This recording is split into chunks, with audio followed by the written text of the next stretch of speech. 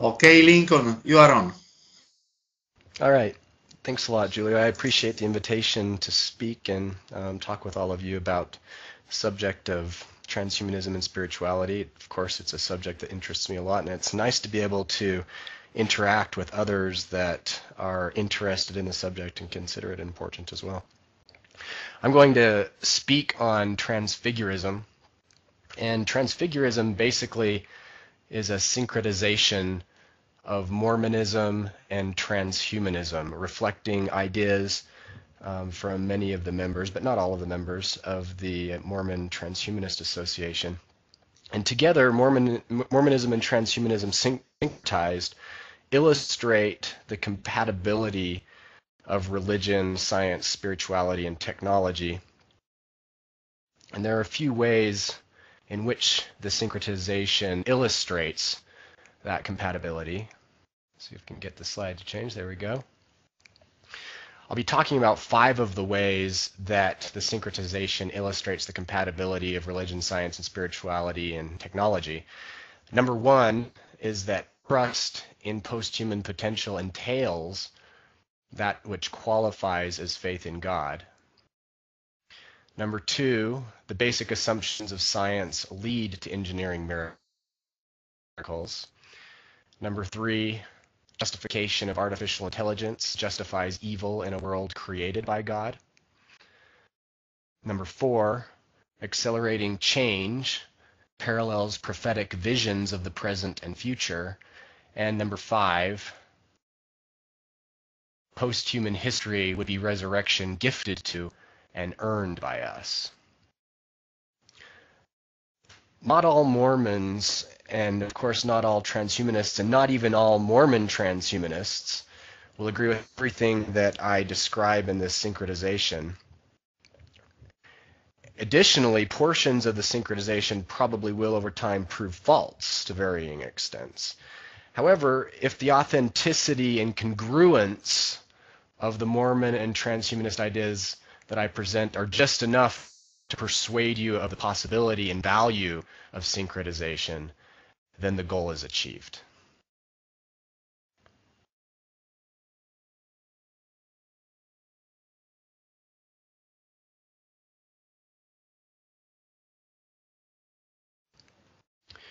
So first of all, in the area of theology, trust in our post-human potential is the essence of transhumanism. We trust that we can become post-humans, extrapolating technological trends into futures consistent with contemporary science, and acting pragmatically to hasten opportunities and mitigate risks. We trust that we should become post-humans, embracing a radical humanism that dignifies the ancient and enduring work to overcome and extend our humanity. Although denying both superstition and hubris, our trust is more than rational and moral. The post-human aesthetic resonates with and shapes us. It affects our thoughts, our words, our actions. We want to become post-humans. We trust that we will not go extinct before becoming post-humans. One logical implication of trust in our post-human potential is that we should trust post-humans already exist. As established in the Great Filter argument, if we probably will not go extinct before becoming post-humans, then one of the following must be true. Either pre-humans are improbable, or post-humans probably already exist. Because trends in biological research increasingly suggest that pre-humans are probable, trust in our post-human potential should extend to trust post-humans already exist. The only alternative is that we probably will go extinct before becoming post-humans. A second logical implication of trust in our post-human potential is that we should trust post-humans probably are more benevolent than us.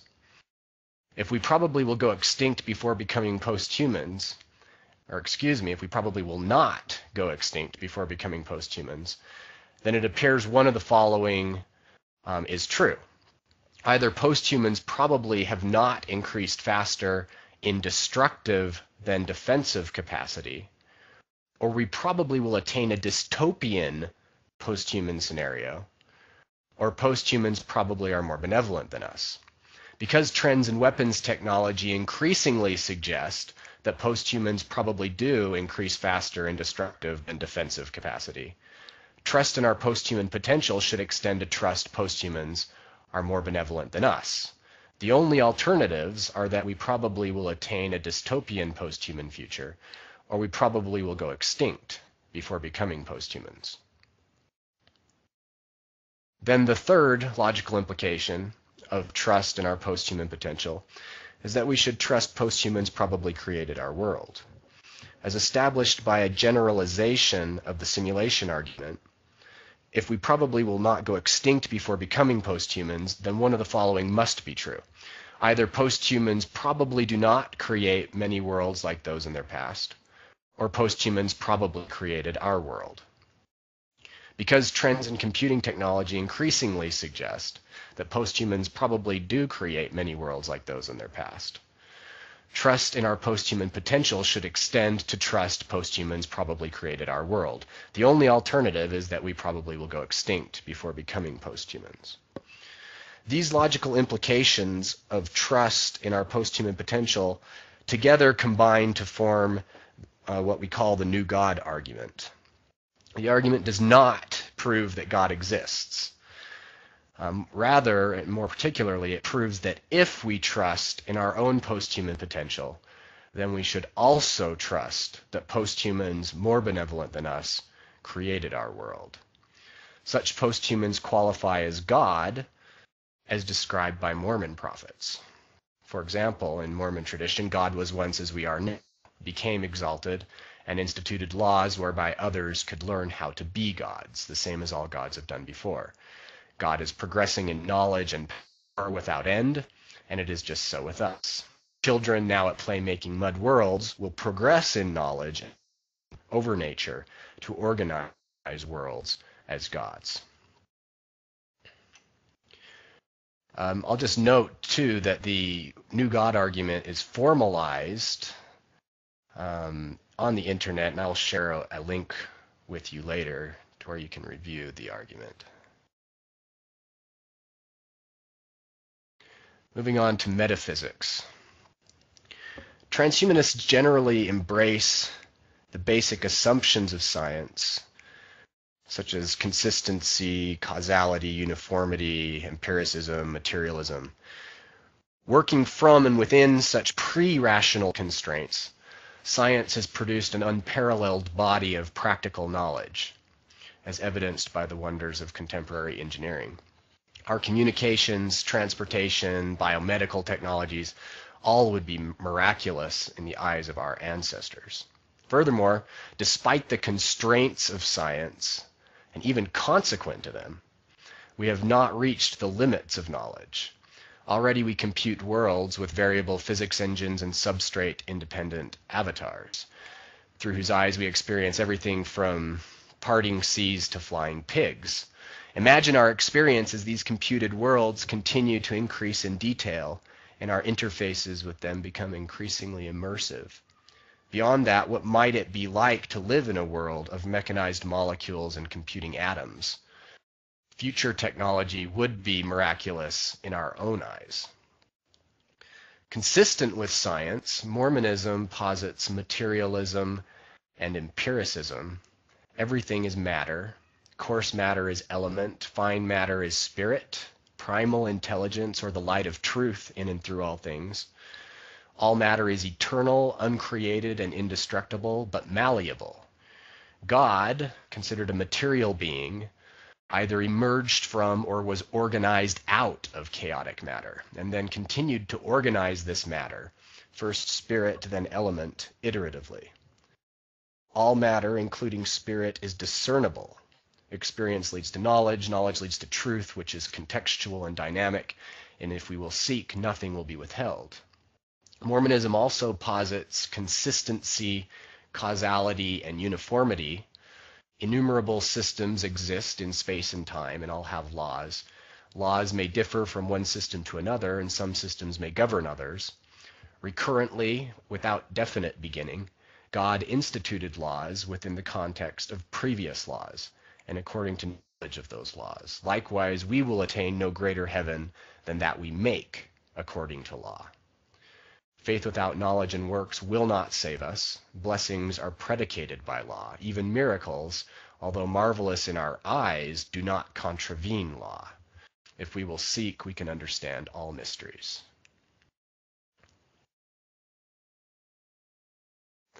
Moving on to theodicy.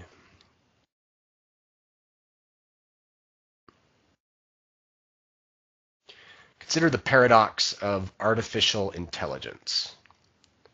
On the one hand, an artifice dependent on its engineer. On the other hand, an intellect independent of its engineer.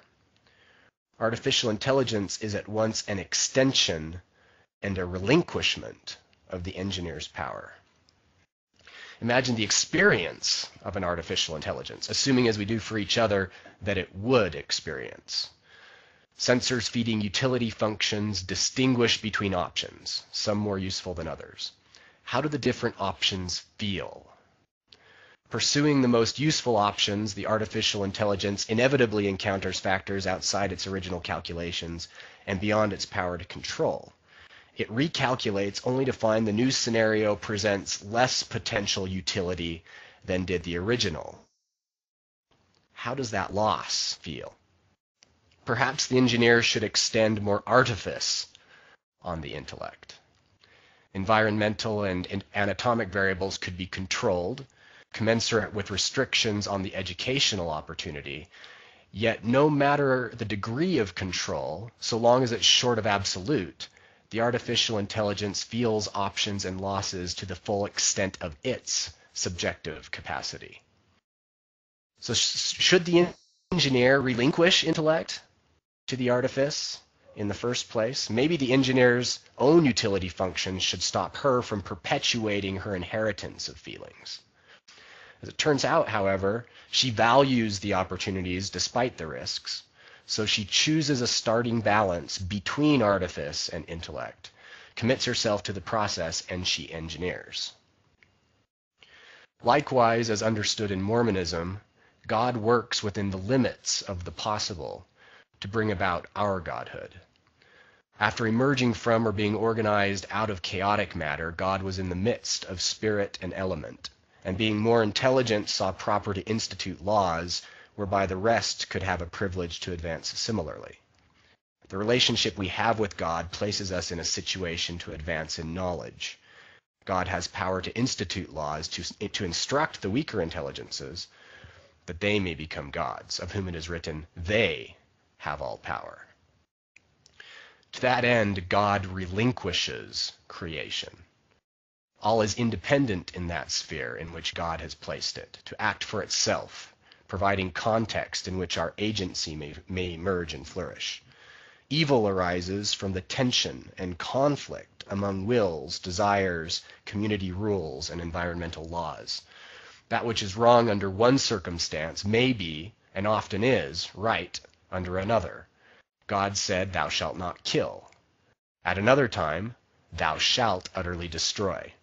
This is the principle on which the government of heaven is conducted, by revelation adapted to the circumstances in which we are placed. Even so, the God of heaven looks on and weeps, seeing that we will suffer.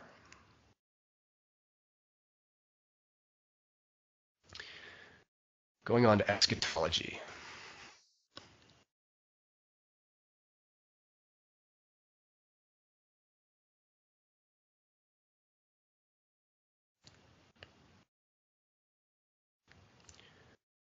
We live in a time of accelerated change in human knowledge and power. Our machines navigate depths of the sea that sunlight doesn't reach, and rocket through the sky at speeds greater than that of sound. Computing power that once filled warehouses now fits in our hands. We've used it to visit the moon, form the internet, map our own genome. Surgeries, drugs, and prosthetics enhance our bodies. Composites and robotics enhance our world. If limits continue to recede, we may radically extend our lives and abundantly expand our resources, such that present notions of poverty and even death would no longer apply. We may engineer new worlds and attain presently unimaginable degrees of flourishing. In so doing, we would change. We would be different than we are now, to at least the extent that we are now different from our pre-human ancestors. We would be post-humans. In parallel, Mormons identify our time as one of rapid progress, an apocalyptic challenge. Nothing will be withheld, whether there be one God or many gods, they will be manifest. The bounds of the heavens, all their glories and laws will be revealed. Things hid from the wise, since the foundation of the world, will be revealed to children in our time. The work to change the earth and its inhabitants presses forward with rapidity that even we, taking part, may not realize. The millennium is imminent, even at the doors. In that day, whatsoever anyone will ask will be given. Mortals will be changed in the twinkling of an eye, transfigured to immortality by a power which belongs to the priesthood. Immortals will receive an ordination to hold the keys of the resurrection and have power to raise the dead. Resurrected immortals, with spiritual rather than mortal bodies, will vary one from another as one star differs from another in glory. Immortals inhabit worlds without end, of diverse kinds and degrees. The earth will be made like a crystal globe, a sea of fire and glass where all things are manifest, past, present, and future. Its inhabitants will receive a white stone, whereby they will learn of higher orders of worlds. Such persons are gods. All is theirs, whether life or death, present or future, and they will overcome all. They have power to make worlds, organize intelligent beings in all their variety, who may in turn be exalted in the eternal worlds of the gods.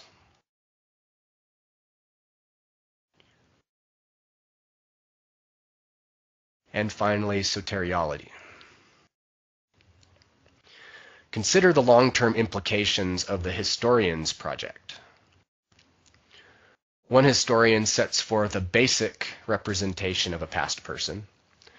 Another historian improves on the work, providing a more detailed representation of the same past person. And then other historians come along and repeat the process of improving on the previous historian's work, providing increasingly detailed representations of that past person. If this process could be repeated indefinitely, the eventual consequence of the historian's project would be a representation of the past person that is sufficiently detailed to be practically indistinguishable from the past person. She would be resurrected. Either such resurrection is possible, or there is a hard limit to the historian's project. Imagine a post-human historian. Using the tools of quantum archaeology, she traces backwards through time and space, from effects to causes. Sampling a sufficiently large portion of her present, she attains a desired probabilistic precision for a portion of her past, and she generates you. The future you is distinguishable from the present you, but no more so than the today you is distinguishable from the yesterday you. You are resurrected. Imagine further a cosmic post-human mind. Her thoughts constitute creation, conceiving worlds, gestating pre-human species, and replicating new generations of post-humans. Her memories constitute resurrection. From a distance, perhaps she's only a black hole. Why does she do what she does? Why should she care? But inside, she's a universe of reasons. As articulated in the Mormon tradition, happiness is the object and design of existence. We exist to have joy in the measure of our creation. In worlds without end, all enjoy that which they are willing to receive, reflecting both the grace of God and their own works. In God we live and move and have our being. The light of God proceeds from the bosom of eternity to fill the immensity of space. God is in the sun, the moon, the stars, the earth. Any who has seen the least of these has seen God. God enlightens our eyes and quickens our understandings. We are the children of God, without which we cannot say that we are even as much as the dust of the earth. In this context of grace, we are saved only after all we can do. If we do nothing and suppose the grace of God will save us, we suppose in vain. Faith without works is dead. Faith is action and power. All should be anxiously engaged in a good cause, doing many things of their own free will, and abound in good works, with sure hope for a better world. To overcome evil, God calls us to be saviors, of whom Jesus Christ is the standard. Jesus taught, "Love each other as I've loved you." On the one hand, he said, "If you ask anything in my name, I'll do it." On the other hand, he said, "If you love me, keep my commandments." In as many ways as possible, we try to take on the identity of Christ and fill up that which is behind of the afflictions of Christ for others in ourselves. This is Christ in you, the hope of glory, whom we preach, warning everyone and teaching everyone in all wisdom, that we may present everyone perfect in Christ Jesus. This will to eternal reconciliation with each other and all of creation is central to salvation. We must provoke each other to love and good works, extended not only to the living, but also to the future and the past. Turn the hearts of the parents to the children, and the hearts of the children to their parents. This salvation is necessary and essential both for them and for us. Their salvation being essential to ours and ours to them. They without us cannot be made perfect. Neither can we without our dead be made perfect.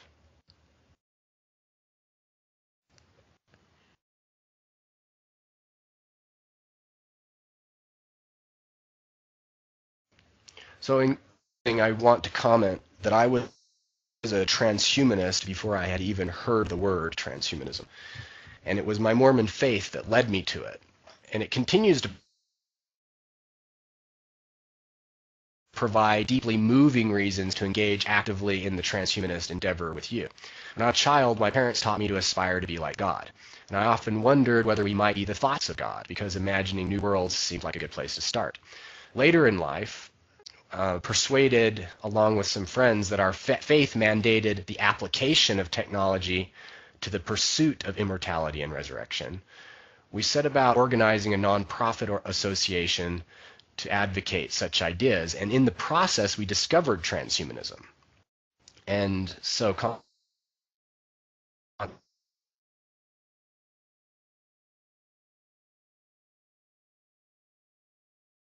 consequently, association in March of 2006 as a quasi-religious cult. And many transhumanists have responded with too stern denial, and that denial has been somewhat revealing. In the Mormon tradition, we seek to recognize God in all that's good, by definition, not just hypothetically. So I don't hesitate to say that I see God at work in transhumanism. Indeed, if transhumanism substantially affects the world for the better, it will do so only subsequent to our trust in its aesthetic, and only to the extent the structure of the universe empowers that aesthetic. Put differently, and in religious terms, transhumanism will matter only subsequent to our faith, and only to the extent of God's grace.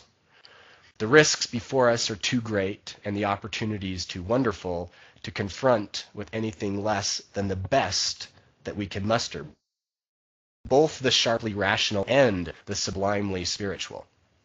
In the words of philosopher William James that Julio mentioned previously, the capacity of the strenuous mood lies so deep down among natural human possibilities that even if there were no metaphysical or traditional grounds for believing in a God, men would postulate one simply as a pretext for living hard and getting out of the game of existence its keenest possibilities of zest. Our attitude towards concrete evils is entirely different in a world where we believe that there are none but finite demanders, from what it is in one where we joyously face tragedy for an infinite demander's sake. Every sort of energy and endurance, of courage and capacity for handling life's evils is set free in those who have religious faith. For this reason, the strenuous type of character will win on the battlefield of human history and always outwear the easygoing type. Religion will drive irreligion to the wall. End quote. So, with those comments, then I want to conclude and just go ahead any questions or interaction that you guys might want to have on any of these subjects.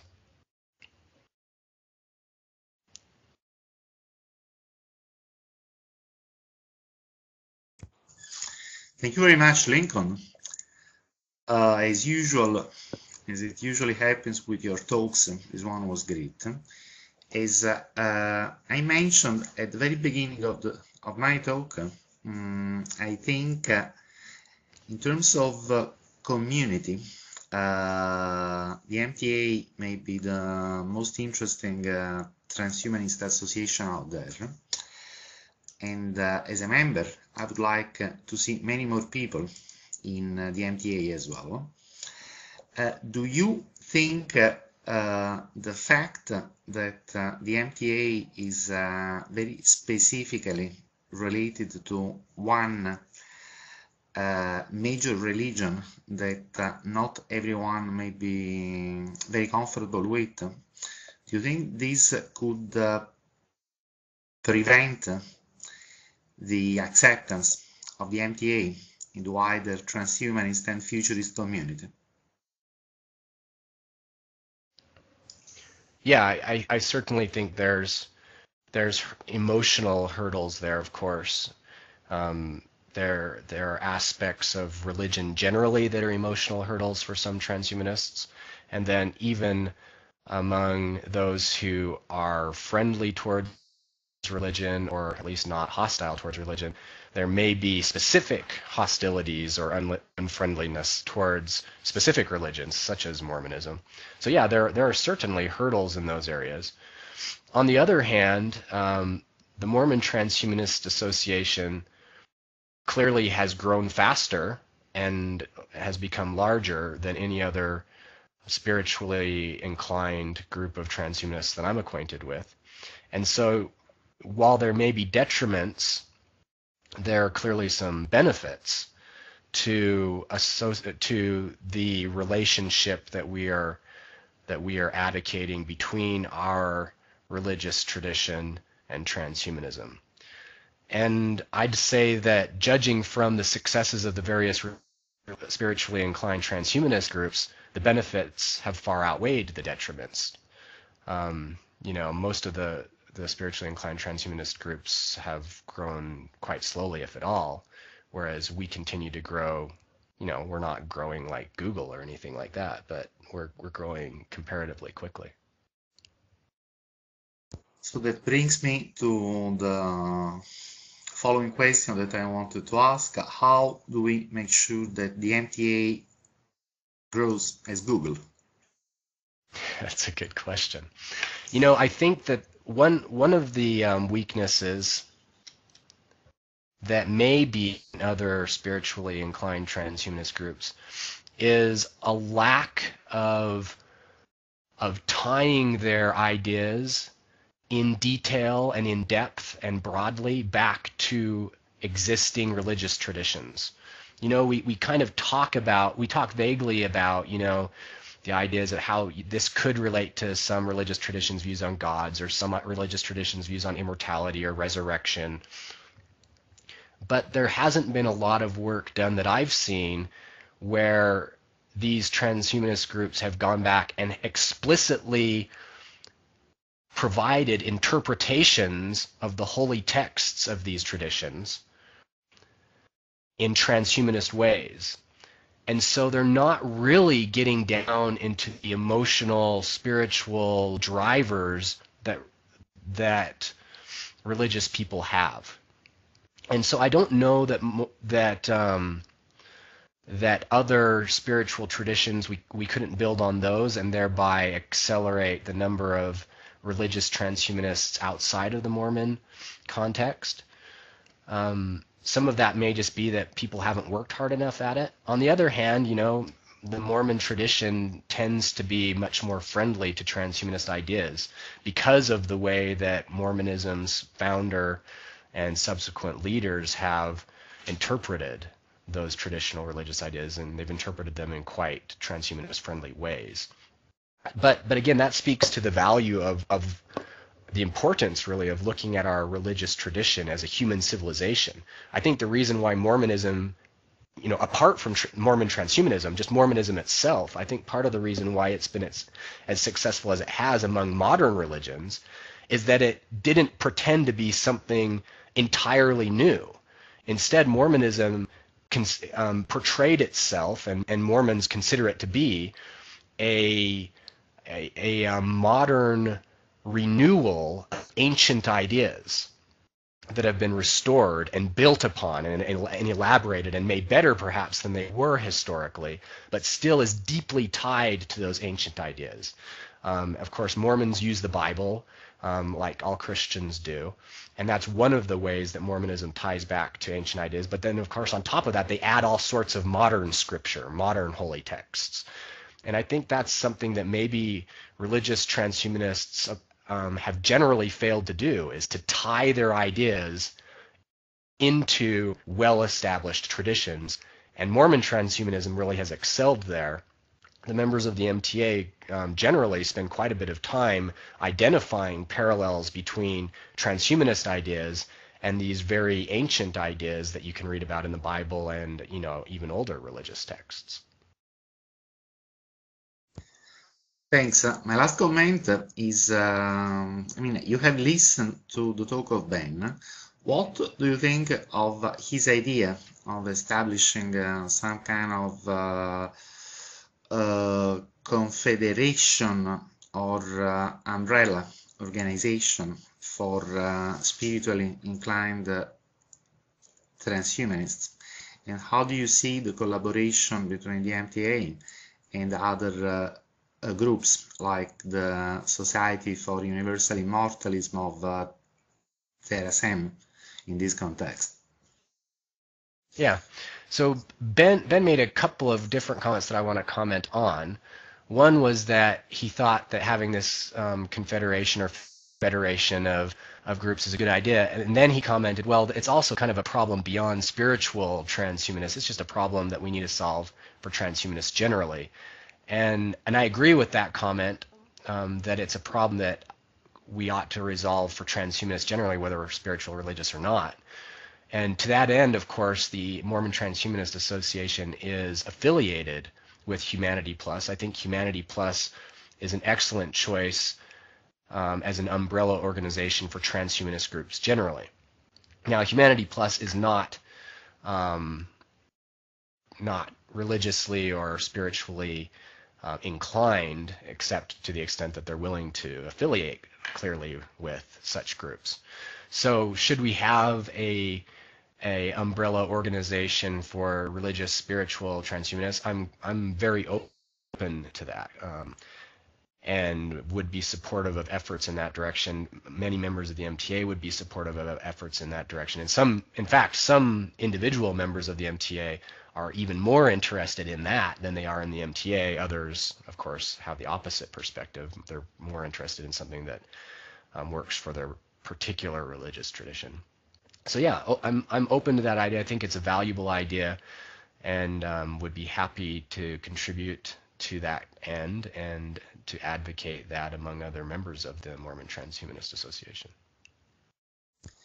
It's really too bad that Ben is not here now, because everyone knows that currently Ben is the chairman of Humanity Plus. Now, coming to whether it's appropriate to consider Humanity Plus as an umbrella organization for religious and spiritual transhumanists, I would think that entirely depends on the degree of acceptance of our special brand of transhumanism in Humanity Plus. You know that a few years ago, when I used to be one of the directors of Humanity Plus, which was the WTA at that time, I resigned from the organization for many reasons, including that I thought there was almost an hostility toward very radical interpretation of transhumanism, and I think our interpretation is a very radical one. Now, things have changed with the current composition of the board, And I think we will have to see whether they have changed enough to enable us to consider Humanity Plus as a home for spiritually inclined transhumanists. We should definitely discuss this with Ben. Before moving on, does anyone else have questions for Lincoln? Let's see in the text chat. I think we have time for one question before moving on to Martine. Just have thanks from Robert and from Xaira.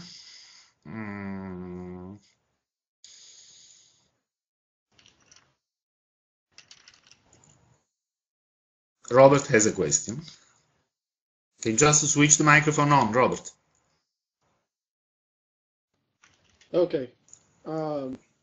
Lincoln, I'm wondering whether the new members who come to join the MTA, and obviously I have no idea what those numbers look like, I wonder to what extent they come from within Mormonism or whether they come from outside of the Latter-day Saints. Yeah, we actually have some good data on that. We survey our membership regularly for such characteristics. The majority of the members of the association are members of the Church of Jesus Christ of Latter-day Saints, the LDS Church, which is the largest denomination of Mormons. We do have a few members of the Mormon Transhumanist Association that are members of other Mormon denominations. And then we do have a few members of the association which are not, that don't identify as Mormon at all, except perhaps to the extent that they identify as members of the MTA. But yes, the majority like do come. Me. Yes, like Julio, for example, and there are others. If you're interested in the data on that, if you go to the MTA website and you click on the About button, menu item right at the top of the page, one of the options in the About section is our member survey, which gives some good demographics on the composition of the association. We have, we're predominantly members of the Church of Jesus Christ of Latter-day Saints, and we're predominantly theists, but we do have non-Mormons, and we even have atheists who are members of the association. One of the characteristics of the atheists, which I think is particularly interesting, I think this is probably true of every atheist who's a member of the MTA, but not necessarily so. Just everyone that I've talked to individually appears to be an atheist in the sense that they think that God just doesn't exist yet. They expect God to exist in the future. So yeah, we don't have any rules barring non-Mormons or atheists from joining the association. The only qualification for membership is that the persons joining support, and however they want to define support the Transhumanist Declaration and the Mormon Transhumanist Affirmation, which is kind of a slightly religiously reworded rendition of the Transhumanist Declaration. So there aren't strict requirements for membership. We mainly just want to establish a kind of low bar to ensure that we're not that the organization is not defined pointlessly, and to get people in and discuss what we have in common. Thank you very much, Lincoln. I think there are not other questions. Let me check. Yes, Robert, I have put the web page with the member survey on one of the screens that you can see. Is in the About section and is called Member Survey. Okay, so I would like very much to hear what Martine has to say about what we have been discussing. First, let's check if Martine is still here. Yes, I'm here. Martine is here. Okay. So let's, since you are not using any PowerPoint, you don't really need to move to the podium. You can stay where you are. So let me just put your webcam feed on the main screen. So you switch your webcam on.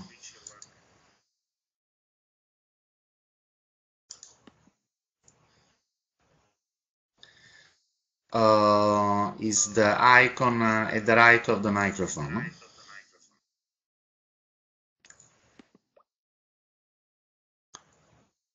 Here Martine comes slowly. I don't see Martine yet. Here she is.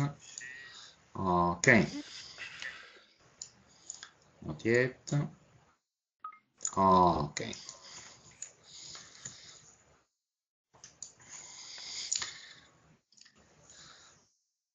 Okay, so we definitely look forward very much to hear your own point of view and also your reactions to all the things that we have been saying so far. Thanks, Giulio. To start with your second question, I have very good reactions to everything that people said before me. They are all really great thinkers and have put forth some really beautiful ideas. So whether it's Michael Perry, whose book is one of the most beautiful books I think ever written, Forever for All, or Lincoln's very cogent analysis of religious transhumanism, Ben's video. All of the presentations have been just, really fascinating. With regard to Terasem, since Mike told some personal stories of his beginning, I'll share some personal parts of Terasem's beginning. It really began in March 2002 when I was out on the beach along the Space Coast of Florida doing a morning meditation at 6 a.m. and suddenly I felt two presences around me. So I immediately opened my eyes and I witnessed, quite to my surprise, the blast off of the space shuttle, STS-109, on its way to the Hubble telescope. This was Columbia. And I then felt the presence immediately behind me, and I turned around and found myself eye to eye with a large lantern-back turtle, a sea turtle, which was clearly trying to make its way back into the sea, and I was in its way. So this was kind of startling because it was really pretty much dark still. And an epiphany poured into me through the triangular vector of the shuttle's light blasting across the sky and the lantern-back turtle's consciousness streaming into my own. And I felt a very strong triangular force of energy between the shuttle, the sea turtle, and myself. An epiphany surged through me that there were three principles or three values which united all life, all reality, indeed the entire multiverse. And these were that the purpose of the multiverse, the solution to the multiverse, was to balance diversity with unity in the quest for joyful immortality. that the shuttle, Columbia, was a balance of diversity and unity in the quest for joyful immortality. That the lanternback turtle was a balance of diversity and unity in the quest for joyful immortality. That everything was a balance of diversity and unity in a quest for joyful immortality. I slid myself out of the way of the lanternback turtle, and it slowly but without delay pushed itself toward the sea, which wasn't far away. As it did, the shuttle quickly arced out of my sight, getting smaller and smaller, although the contrails were visible as the sun began rising.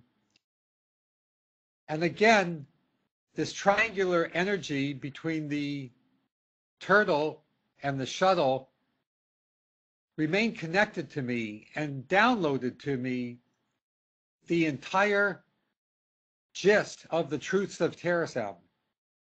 Was like I received this multi-gigabit download that still had to be processed in the way one uploads a video, but you can't see it yet because it's processing, or uploading a file and it still needs to be processed. I was totally blown away. I stood up and it was like I was walking on air. I walked a couple hundred feet to where my soulmate and partner, Bina, was resting up above the seashores. I shared with her what happened, and we slid right into the most wonderful, most erotic lovemaking that anyone could imagine.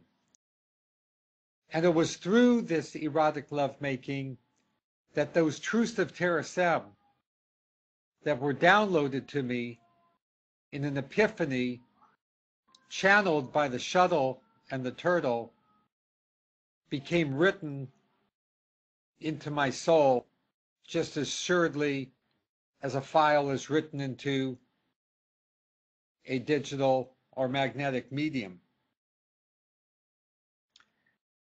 I spent the rest of 2002 trying to print out what was in my mind and soul from that March 1st morning onto paper. And it took me the rest of 2002.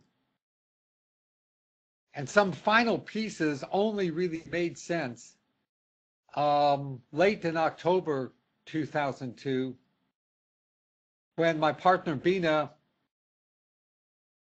experienced extraordinary pain, and somehow that pain gelled the remaining pieces of the truth of Terasem. Since that time, I've been committed to spreading the message of the truth of Terasem, that of diversity, unity, and the quest for joyful immortality. And the spreading of it, I feel, has been really wonderfully successful. We now have thousands of mind files stored from people who see creating a mind file as the most tangible personal act they can do toward achieving joyful immortality. And we have fantastic efforts of individuals like Fred and Linda Chamberlain to communicate the truths of Terasem throughout the world via their Truths of Terasem podcasts, which are accessible via iTunes. TerraSem is not a religion, but a trans-religion. And by this I mean it transcends all other religions. It includes all religions, the way a forest includes its trees. So there's no need to leave any other religion or even leave the status of atheism in order to become a joiner of TerraSem. There is room within our umbrella of diversity, unity, and joyful immortality for everyone. With regard to achieving these goals, we place a big emphasis on space casting and spacefaring. We believe it's absolutely incumbent upon us to get ourselves off of the planet because it is a fragile place in a dangerous neighborhood. Our neighborhood is not as dangerous as if we were, say, just, maybe perhaps 2 or 3 kiloparsecs from the center of the galaxy. But even at our location, around 8 or so kiloparsecs from the center of the galaxy, we live in a dangerous neighborhood. If you have any doubt, look at the cratered surface of the moon. Look at the cratered surface of other moons. Indeed, look at the cratered surface of the Earth, still visible despite the forces of geological erosion. So, one of the most important aspects of our quest for joyful immortality is to engage in efforts to promote a vigorous space program to get people off the Earth. We spacecast all of our mind files 24/7 by 365.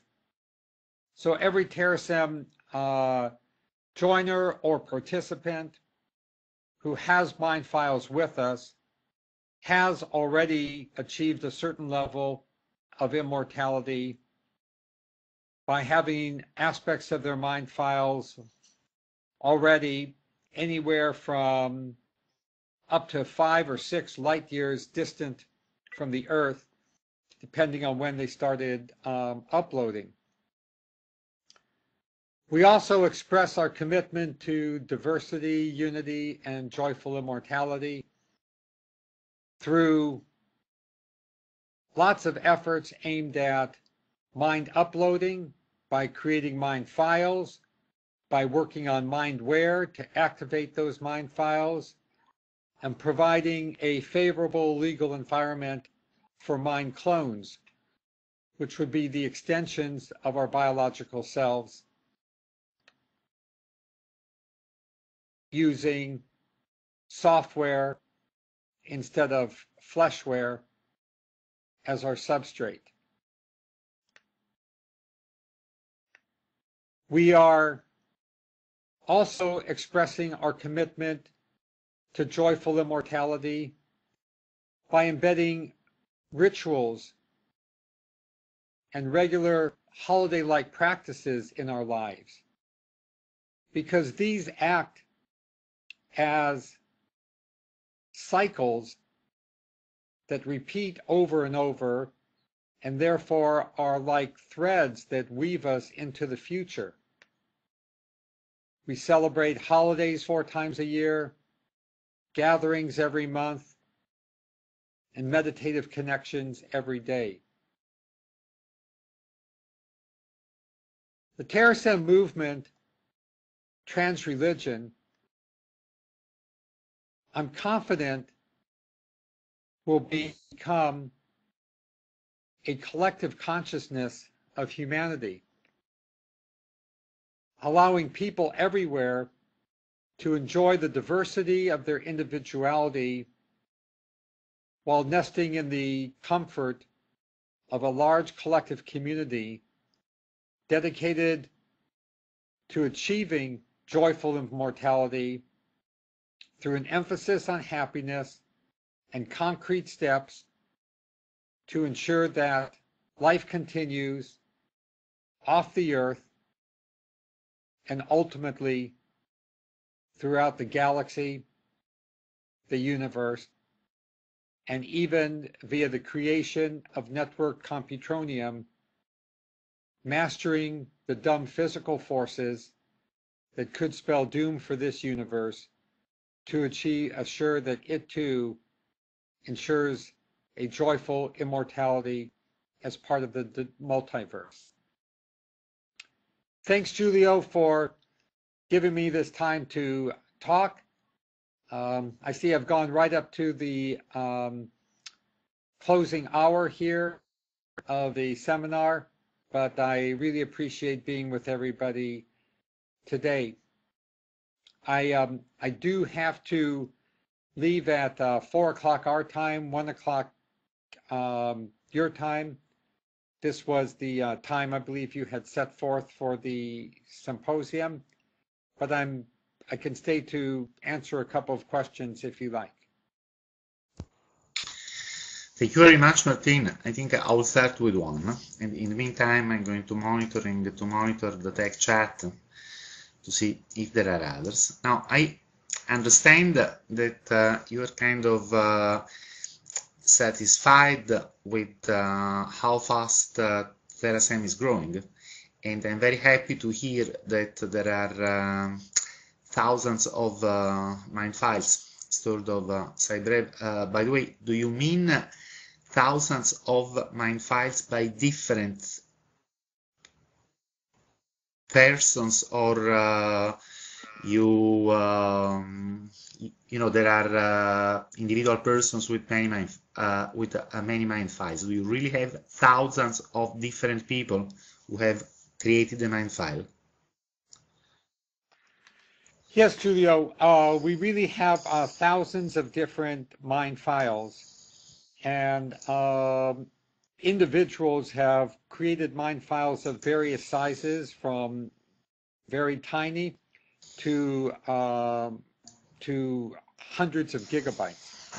So all different sizes. The recent launch of our smartphone application based on the Bainbridge personality inventory called Personality MD has resulted in the explosion of the number of MIND files at CyberWeb, because this is very easily accessible to people from any Android phone. They can download this app. And Professor Bainbridge, by the way, you mentioned earlier it had been some months since you communicated with him. We're in pretty much constant communication. He is absolutely elated with the success of the Personality MD app. And at last count, I believe there are 12,000 MIND files constructed via it. In addition, at LifeNaut, I believe there are approximately 8,000, maybe 9,000. So the movement is growing very quickly. We used to have just one gathering, one location per month. There are now documented gatherings in 3 different parts of the U.S. Many more gatherings are undocumented. So the movement is really spreading. This is really good to hear, and I wanted to download the application, but it doesn't run on Android 1.6. I guess I must wait until I have Android 2.2. So you are It on a runs good on the way. latest. You have to update your phone to the Yeah, latest yeah, Android update. yeah. I plan to do that anyway. So you do think that going back to my discussion with Lincoln before, I mean, we have really beautiful ideas. We don't share exactly the same mindset, all of us in this room, but we do have similar ideas, and I think we have very beautiful ideas. Our ideas should really grow as fast as Google, as we were saying with Lincoln before. And I'm happy to see that you think you're making good progress in this direction. How do you think that we, the several persons and organizations represented here tonight, how do you think we should work together to ensure that more and more So, people... Julio, if I could respond to a couple of things you said. First, I think everybody here, I feel are part of TerraSem. But I also would advise you not to make the goal to grow as fast as Google. Because, first of all, in general, things that grow too fast can have a weak foundation and can also collapse very quickly. So I think the goal is not to grow fast, but the goal is to grow good. And goodness has a kind of a cement that will last for a very long time. And so I don't make the model Google, but instead I make the model all of the beautiful traditions that have been expressed here today. The beautiful traditions of Christianity that were shared by Lincoln and re-energized by the LDS Church.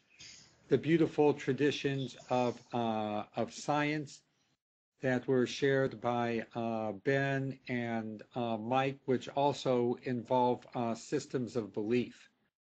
So I understand that for many people, religion, has bad connections. To other people, religion has good connections, but it's just a word. And what's important are the associations we have with that word. And what I would like to share is that the associations we have with the word, or the associations that we have with our own systems of belief, are all going to find a home within TerraSem's principles of diversity, unity, and joyful immortality. So I would urge everybody to form TerraSem centers around their organizations, and to continue to grow their organizations within the principles of TerraSem.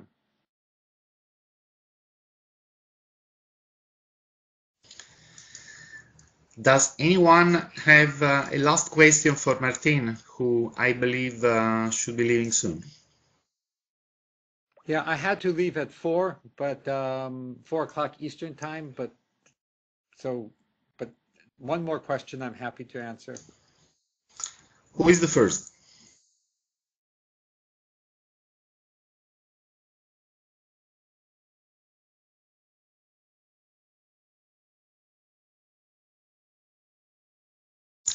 I'm going to count down to 0 from 5. If there is no questions. Actually, don't do okay. that. No, you don't have to do that. Let me just leave by saying that it's really an honor to be here, Julio.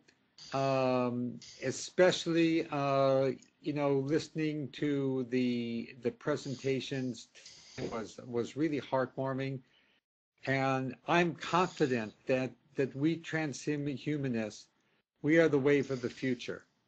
I agree completely with Lincoln that all of the transhumanist messages are embedded in the truest interpretations of the sacred text. And this same point was made, very clearly by Professor Tipler, who was a participant in one of the earliest TerraSym meetings in his book, The Physics of Immortality. And I agree completely with Mike Perry that its consciousness is precious. I think it was Mike or somebody, maybe it was you, Giulio, who said that the brain is perhaps the most complex organism anywhere in the universe. It's an astonishing, a wonderful, an amazing gift that each and every one of us have. And it's sad when people put their brain like in a closet and close it and don't develop it. It's even more horrible when they traumatically destroy it. But it is also very sad and pitiful for someone to let their mind embedded in the brain wither away and dissipate and have its unique beauty become lost like a wisp of smoke in the air. And yes, with sufficiently advanced technology, we can recreate every mind that ever lived. But let's do what we can to try to reduce that time and do what we can so that the minds which have lived can continue to live and experience the beauty of reality for as much of the time as possible. And I think this was the message of Mike Perry and the message of Lincoln and of Ben and of yourself, Giulio. So thanks so much, and I wish everybody a really blissful night and live long and prosper. Thank you. Thank you very much, Martine.